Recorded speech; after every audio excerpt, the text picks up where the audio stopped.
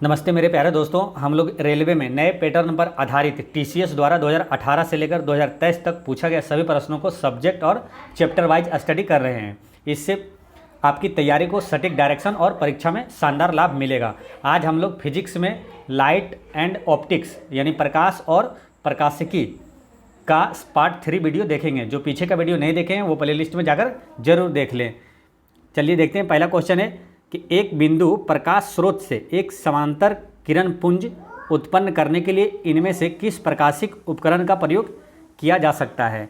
तो एक बार क्वेश्चन फिर समझिए। एक बिंदु प्रकाश स्रोत से एक समांतर किरण पुंज उत्पन्न करने के लिए इनमें से किस प्रकाशिक उपकरण का उपयोग किया जा सकता है। तो उत्तल लेंस का भी प्रयोग किया जा सकता है और अवतल दर्पण का प्रयोग किया जा सकता है। इसका आंसर होता है ए और सी। तो इसका करेक्ट आंसर हो गया ऑप्शन नंबर बी में है ए और सी। ठीक है, करेक्ट आंसर हो गया।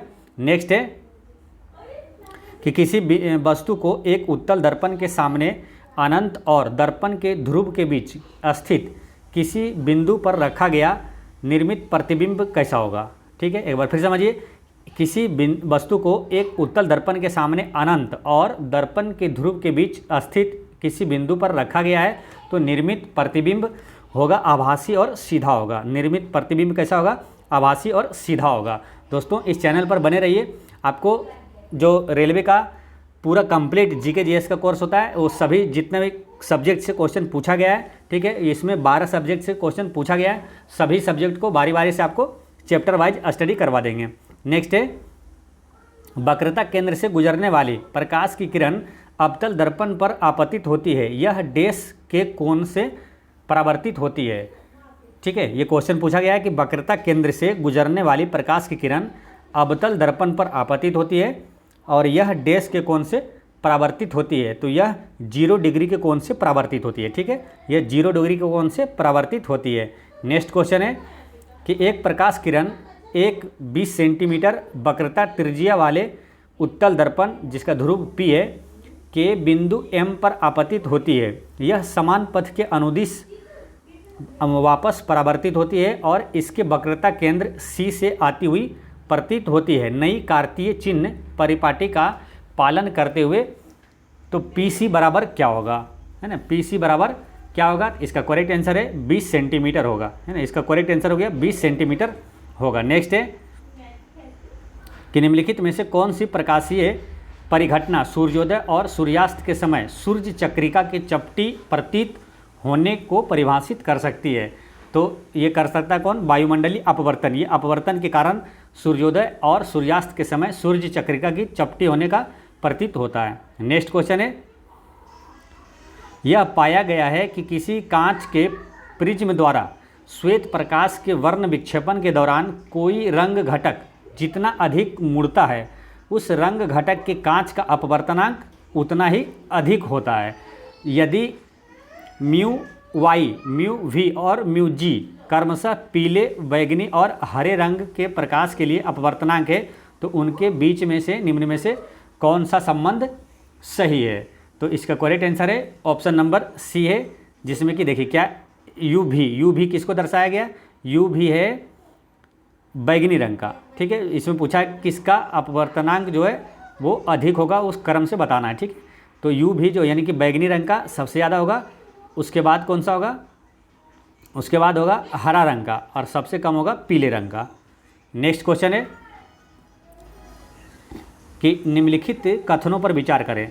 पहला है कि बादलों में मौजूद कण सूर्य से आने वाले प्रकाश में मौजूद विभिन्न रंगों की तरंगदैर्घ्य की तुलना में बड़े होते हैं। ठीक है, तो ये क्या है? ये सही है। ठीक है, आगे देखिए क्वेश्चन लास्ट में क्या पूछा है कि उपर्युक्त में से कौन सा कथन हमें धूप के दौरान बादलों के सफ़ेद रंग को समझने में मदद करता है। तो ये वाला पहला सही है। ठीक है, कि बादलों में मौजूद कण सूर्य से आने वाले प्रकाश में मौजूद विभिन्न रंगों की तरंगदैर्घ्य की तुलना में बड़े होते हैं। दूसरा है कि श्वेत प्रकाश के सभी रंग लगभग समान मात्रा में परिकिरणित होते हैं, है ना। लगभग समान मात्रा में परिकिरणित होते हैं, ये भी सही है। ठीक है, ये दोनों क्या है कि हमें धूप के दौरान बादलों के सफ़ेद रंग को समझने में मदद करता है। तो इसका करेक्ट आंसर हो जाता है ऑप्शन नंबर सी, है ना। ए और बी दोनों सही है।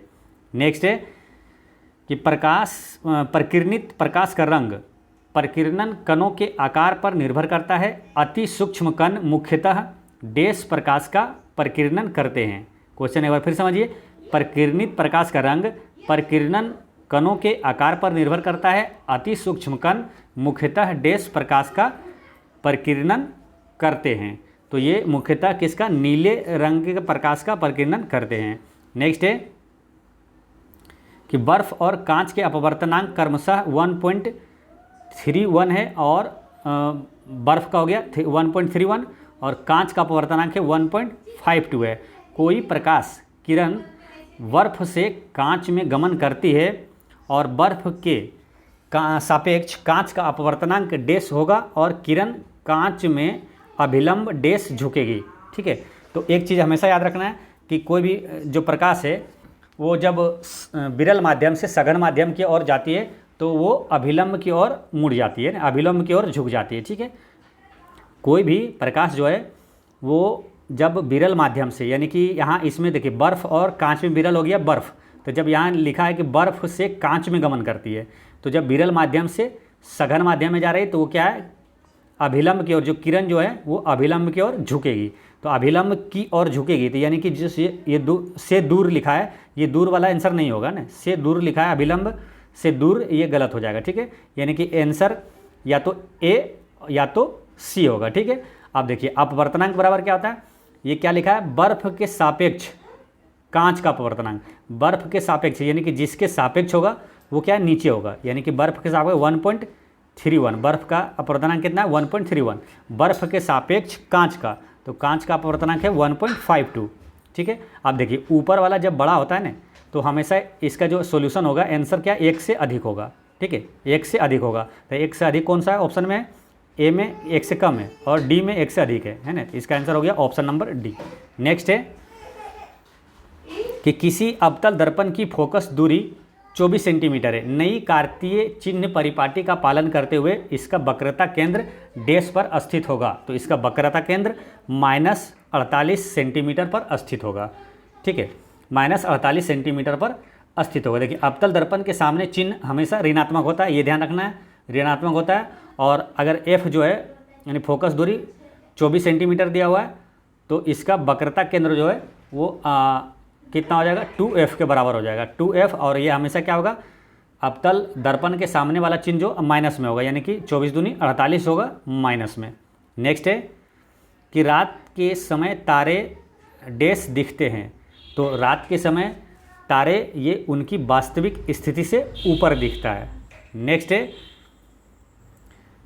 किसी वस्तु को एक 10D क्षमता वाले लेंस के मुख्य अक्ष पर 15 सेंटीमीटर की दूरी पर रखा गया है। निर्मित प्रतिबिंब डैश होगा। तो निर्मित प्रतिबिंब जो है वो होगा आभासी और सीधा होगा। ठीक है, किसी वस्तु को जब 10D क्षमता वाले लेंस के मुख्य अक्ष पर 15 सेंटीमीटर की दूरी पर रखा गया है तो निर्मित प्रतिबिंब आभासी और सीधा होगा। नेक्स्ट क्वेश्चन है कि किसी वस्तु को एक अवतल दर्पण के सामने इसकी फोकस दूरी से दुगनी दूरी यानी कि 2f पर रखा गया है तो प्रतिबिंब डैश दूरी पर बनेगी।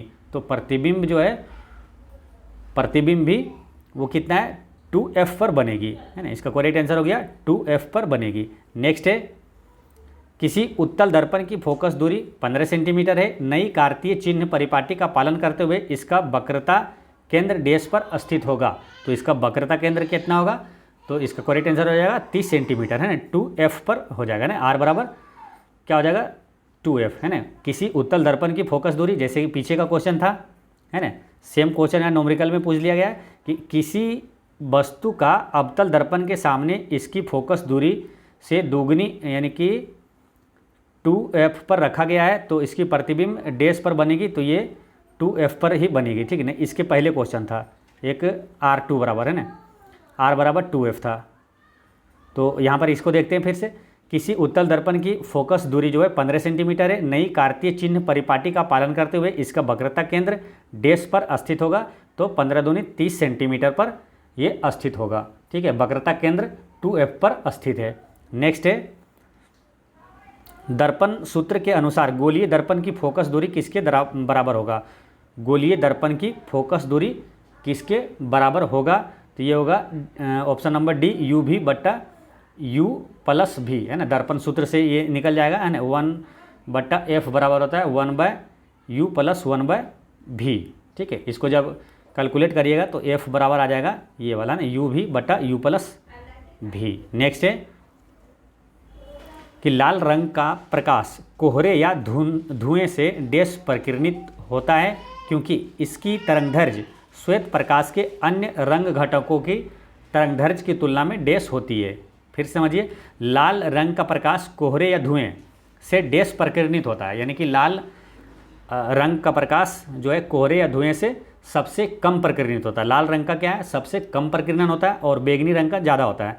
सबसे कम परिकिरणित होता है क्योंकि इसका तरंगदैर्घ्य जो है श्वेत प्रकाश के अन्य जितने भी रंग है सबकी तुलना में सबसे अधिक इसका तरंगदैर्घ्य होता है ना। इसका करेक्ट आंसर हो गया सी। नेक्स्ट है 50 सेंटीमीटर फोकस दूरी वाले एक अभिसारी लेंस को 50 सेंटीमीटर फोकस दूरी वाले एक अपसारी लेंस के साथ जोड़कर रखा गया है। इन दोनों लेंसों के संयोजन की क्षमता ज्ञात कीजिए। तो इन दोनों लेंसों की संयोजन क्षमता होगा -3D, है ना। इसका करेक्ट आंसर है -3D। नेक्स्ट है कि एक प्रकाशिक उपकरण x की फोकस दूरी -30 सेंटीमीटर है तो x डैश हो सकता है। तो x या तो अवतल लेंस या अवतल दर्पण हो सकता है ना। इसका करेक्ट आंसर हो गया ऑप्शन नंबर बी। एक प्रकाशिक उपकरण x की फोकस दूरी -30 सेंटीमीटर पर है तो उसका जब फोकस दूरी -30 सेंटीमीटर है तो x जो है वो, यानी कि प्रकाशिक उपकरण जो है वो या तो अवतल लेंस होगा या अवतल दर्पण होगा। नेक्स्ट है कि वायुमंडल की अनुपस्थिति में आकाश का रंग कैसा होगा? तो वायुमंडल की अनुपस्थिति में आकाश का रंग काला होता है, ठीक है ना। इसका करेक्ट आंसर हो गया काला। नेक्स्ट है निम्नलिखित में से किस स्थिति में अवतल दर्पण वास्तविक प्रतिबिंब निर्मित करता है? किस स्थिति में अवतल दर्पण वास्तविक प्रतिबिंब निर्मित करता है? जब वस्तु को फोकस और ध्रुव के मध्य रखा गया हो। जब वस्तु को फोकस और ध्रुव के मध्य रखा गया हो। नेक्स्ट क्वेश्चन है, एक तो ये हो गया, रुकिए फिर से समझते हैं इसको। 70 का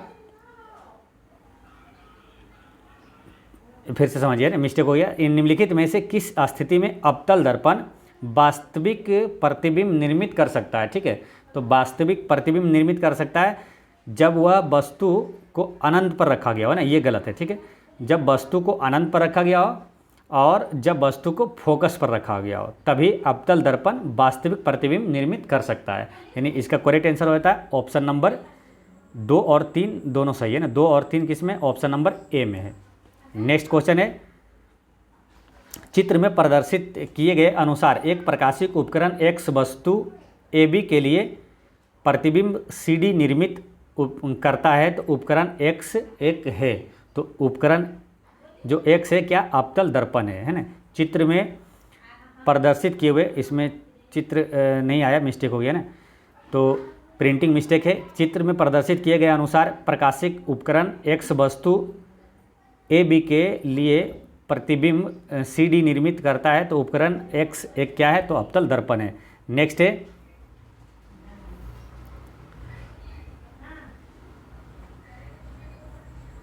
सूर्य से आने वाली किरणें वायुमंडल द्वारा अपवर्तित होती है, इसके कारण आभासी सूर्यास्त वास्तविक सूर्यास्त से लगभग डैश होता है। फिर समझिए क्वेश्चन क्या है कि सूर्य से आने वाली किरणें वायुमंडल द्वारा अपवर्तित होती है, इसके कारण आभासी सूर्यास्त जो है वो वास्तविक सूर्यास्त से लगभग कितना होता है? तो ये लगभग होता है 2 मिनट बाद होता है, ठीक है। इसका करेक्ट आंसर हो गया ऑप्शन नंबर डी, 2 मिनट बाद होता है, ठीक है। यानी कहा गया क्या? देखिए, सूर्य से आने वाली जो किरणें हैं वो वायुमंडल द्वारा अपवर्तित होता है, ठीक है। तो इसके कारण आभासी सूर्यास्त जो है वो वास्तविक सूर्यास्त से 2 मिनट बाद होता है, ठीक है। और इसी तरह क्वेश्चन अगर एक दूसरा ये पूछा जाता है कि वातावरण द्वारा प्रकाश के अपवर्तन के कारण हम लोग क्या है, सूर्य को वास्तविक सूर्योदय से 2 मिनट पहले, है ना, वास्तविक सूर्योदय से 2 मिनट पहले देखते हैं और वास्तविक सूर्यास्त जो है वो 2 मिनट बाद देखते हैं। यानी कि सूर्योदय की बात करें तो 2 मिनट पहले देख लेते हैं और सूर्यास्त जो है 2 मिनट बाद देखते हैं। नेक्स्ट है कि कोई प्रकाश किरण वायु में रखे कांच के प्रिज्म के एक अपवर्तक पृष्ठ AB पर आपतित होती है और अन्य अपवर्तक पृष्ठ AC से बाहर निकलती है तो निम्न कथनों पर विचार कीजिए। तो इसका करेक्ट आंसर क्या होगा?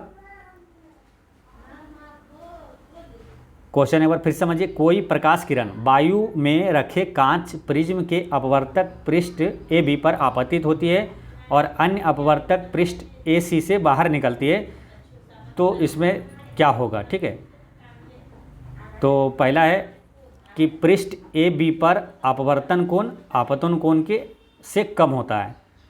ठीक है, और B में है कि पृष्ठ AC पर अपवर्तन कोण आपतन कोण से अधिक होता है। ये दोनों सही है ना? इसका करेक्ट आंसर A और B दोनों सही है, तो आंसर ऑप्शन नंबर B हो जाएगा। नेक्स्ट है, निम्नलिखित में से कौन से बिंदु हमेशा लेंस के मुख्य अक्ष पर स्थित होता है? निम्नलिखित में से कौन सा बिंदु हमेशा लेंस के मुख्य अक्ष पर स्थित होता है? तो कौन सा जो है, कौन सा बिंदु जो है ना हमेशा लेंस के मुख्य अक्ष पर स्थित होता है? तो इसका करेक्ट आंसर है, इसका करेक्ट आंसर हो जाएगा केबल 2 है ना, यानी कि प्रकाशिक केंद्र जो है, प्रकाशिक केंद्र जो है हमेशा लेंस के मुख्य अक्ष पर स्थित होता है। तो 2 नंबर ये सही है, प्रकाशिक केंद्र। तो केबल, इसका आंसर हो जाएगा option number C, cable 2। Next है कि यह पाया गया है कि किसी कांच के प्रिज्म द्वारा श्वेत प्रकाश के वर्ण विक्षेपण के दौरान कोई रंग घटक जितना अधिक मुड़ता है, उस रंग घटक के लिए कांच का अपवर्तनांक उतना ही अधिक होता है। तो जो यदि म्यू B और म्यू Y और म्यू G क्रमशः नीले, पीले और हरे रंग के अपवर्तनांक है, तो उनमें से कौन सा संबंध सही है? तो इसमें अपवर्तनांक किसका अधिक होगा? ये क्वेश्चन रिपीट हुआ है ना, 2 बार पूछा गया है। ठीक है, तो इसमें पहले कितना सबसे ज़्यादा होता है? नीले का, है ना, उसके बाद होता है हरे का और सबसे कम होता है पीले का। तो इसका करेक्ट आंसर हो जाएगा ऑप्शन नंबर C, है ना, सबसे अधिक हो जाएगा। नीले रंग का प्रकीर्णन अधिक होता है, उसके बाद हरा रंग का, और उसके बाद होता है पीले रंग का सबसे कम होता है। ठीक है, तो दोस्तों इस तरह से रेलवे प्रीवियस ईयर क्वेश्चन का क्लास 3 होता है समाप्त, और मिलते हैं नेक्स्ट वीडियो में। पढ़ते रहें, मुस्कुराते रहें। जय हिंद दोस्तों।